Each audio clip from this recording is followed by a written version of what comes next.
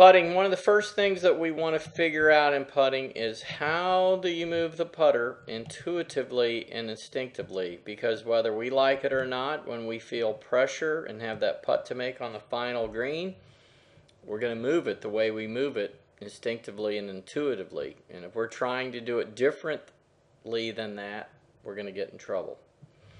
So what you can do is just put a couple tees down, one on each side of the ball. I'm just going to put these lines here and just let the putter swing back and through and feel what part of your body you're moving it with. One of the cool things that 3D has proven is two of my friends that use 3D in putting, they have yet to measure someone that didn't have some hand and wrist action. So if you're out there trying to move the putter with your shoulders without any hand and wrist action, you need to free yourself up and let your hands and wrists work a little bit. Now some people had very little, but they still had some. So if you're trying not to have any, that is not really what you want to do, and that's not truth.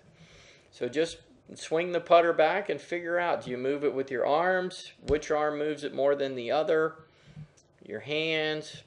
And just start getting into how you swing the putter and what do you really move it with.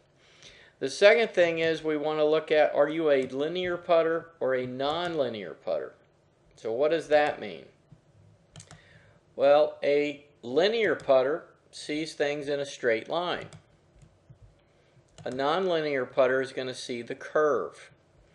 So here I am coming over here and going to hit this putt, and I'm going to hit the putt. I see a straight line all the way to the hole, but the ball breaks and goes in the hole.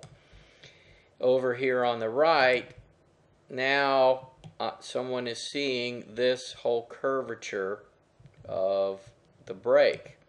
So they might only see and only look, they might only really see and kind of picture that the ball's there. They're only really looking at how's the ball entering the hole here in the last couple of feet. So if their ball's back here, they're not going to aim as far out.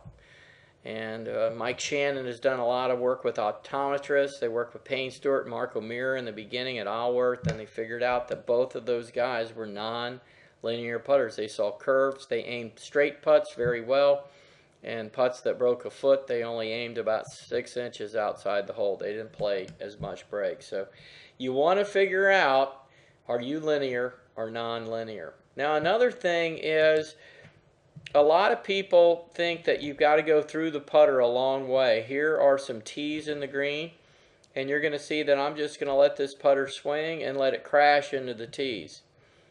So you can see that that's a wonderful thing to do to get the feel of that. And here's another one that you can look at here where I'm going to just let this run, and you're going to see that I'm just going to let this putter hit the tees. That's kind of the way Brandt Snedeker putts. But it's really about transferring that energy into the ball. So if you're struggling a little bit getting through the ball, put a couple tees there. Put them where they're just slightly in front of the ball. You can see here, here's the tees just in front of the ball.